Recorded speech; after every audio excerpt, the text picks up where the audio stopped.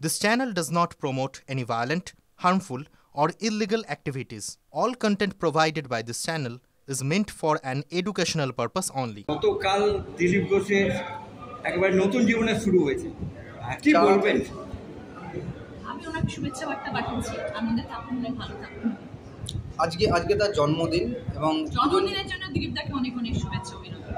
আর বলছি যে eco park থেকে তার প্রথম মানে প্রেম শুরু হয়েছিল, সেটা কিন্তু মুখ্যমন্ত্রী মমতা বন্দ্যোপাধ্যায় সেটা তৈরি করেছিলেন। কি বলবেন এটা নিয়ে?